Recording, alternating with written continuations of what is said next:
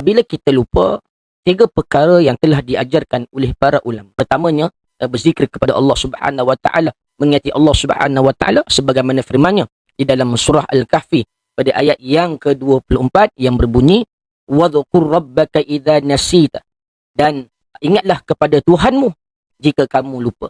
Dan yang keduanya, berselawat ke atas Nabi sallallahu alaihi wasallam sebagaimana yang telah diriwayatkan oleh Nabi sallallahu alaihi wasallam, idza nasitum syai'an fasallu alayya tadhkuruh insyaallah.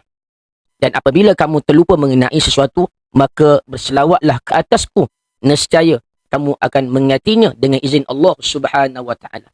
Yang ketiganya, beristighfar kepada Allah Subhanahu wa taala, di mana Abdullah bin Mas'ud pernah berkata, sesungguhnya aku menganggap bahawa seseorang yang lupa mengenai ilmu yang telah diketahuinya sebelum ini adalah disebabkan oleh dosa yang telah dilakukan. Maka lakukan 3 perkara ini ataupun beramal dengan 3 perkara ini untuk kita menghindari sifat lupa, ataupun apabila kita lupa maka kita lakukanlah 3 amalan ini. Mudah-mudahan ia bermanfaat kepada semua, insya-Allah.